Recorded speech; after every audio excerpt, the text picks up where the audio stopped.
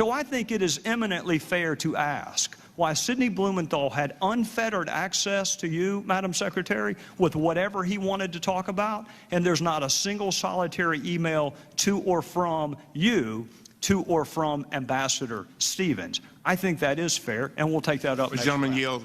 Gentleman yield. Sure. Thank you. Mr. Chairman, you've made several inaccurate statements over the past month as you have tried to defend against multiple Republican admissions that the Select Committee has been wasting millions of tax dollars to damage Secretary Clinton's bid for president. On Sunday, you made another inaccurate statement during your appearance on Face the Nation, and it's being taken up here, and this is the relevance. Here's what you said, and I quote, "There are other folks who may have equities in her emails, and there may be other entities who are evaluating her emails. But my interest in them is solely making sure that I get everything I'm entitled to so that I can do my job. The rest of it, classification, Clinton Foundation, you name it, I have zero interest in it, which is why you haven't seen me send a subpoena related to it or interview a single person other than Brian Pagliano, because I need to know that the record is complete." And I'm going back to the truth, the whole truth, and nothing but the truth. I'm waiting. I'm waiting on you. I've been very patient. Coming. Just wait. I'm waiting on the inaccurate statement. I'm getting there. Mr. Chairman. Well, we got to take a break. Statement was, well, it's not going to take long. You took up 4 minutes over, so let me have 3. I've let everybody go over, including you, Mr. Congress. Thank you very much. You issued a subpoena to Sidney Blumenthal on May 19th, 2015, compelling him to appear for a deposition on June 16, 2015. You issued this subpoena unilaterally without giving the Select Committee members the opportunity to debate or vote on it. You sent 2 armed marshals to serve the subpoena on Mrs. Blumenthal's wife at their home without having ever sent him a request to participate voluntarily, which he would have done. Then, Mr. Chairman, you personally attended Mr. Blumenthal's deposition.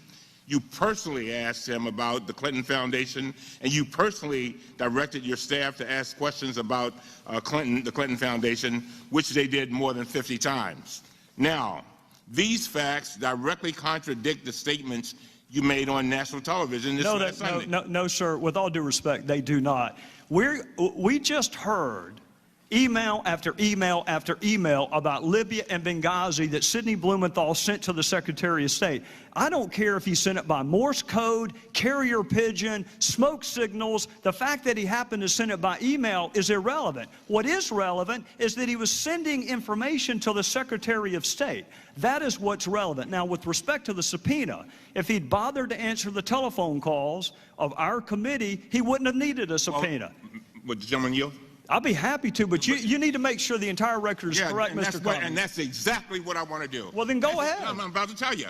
I move that we put into the record the entire transcript of Sidney Blumenthal. We're going to release the emails. Let's do the transcript. That way the world can see it. Well, we didn't. The motion has been seconded.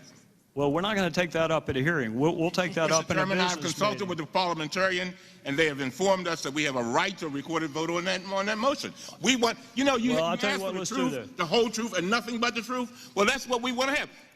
Let the world see it. Why is it that you only want Mr. Blumenthal's transcript released? Why don't you want the survivors? All of them released. The survivors, even their names? Let me tell you something. No, you want that released? Let me tell you something. Right now, the only one you've asked for is Sidney Blumenthal. That's the only one you've asked for. That and Miss Mills. Cheryl Mills. That's not true. No, that's 2 out of 54. Now, if you want to ask for some fact witnesses, we asked for a recorded vote on the Blumenthal. You said from the beginning we want the truth, the whole truth, and nothing but the truth. Why don't we just put the entire transcript out there and let the world see it? What do you have to hide? These are the only emails that you have released.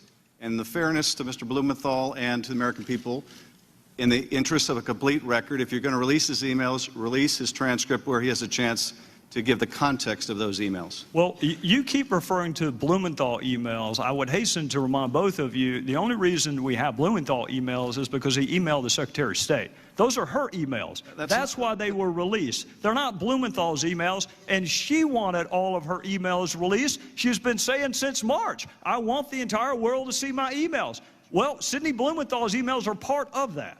So here's what I'll do. I'll be happy to talk to the parliamentarian, because the parliamentarian told me that your motion actually would not be in order for a hearing. But at the latest, we'll take a vote. And the first week we are back, after this week, we'll have a business meeting.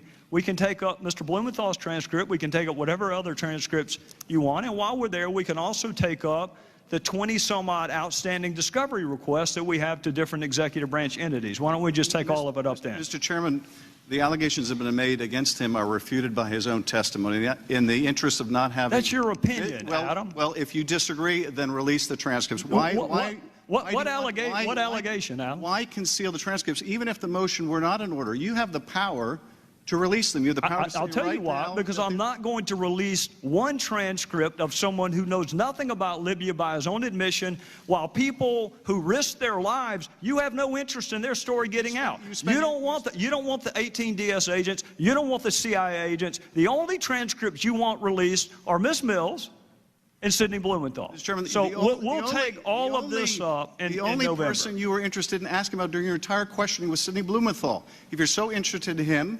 release the transcript. You selectively released his emails. They're the only witness you've done that for. So you're asking, why are we only asking for his transcript? I'm going to ask the gentleman from California to please do a better job of characterizing. These are not Sidney Blumenthal's emails.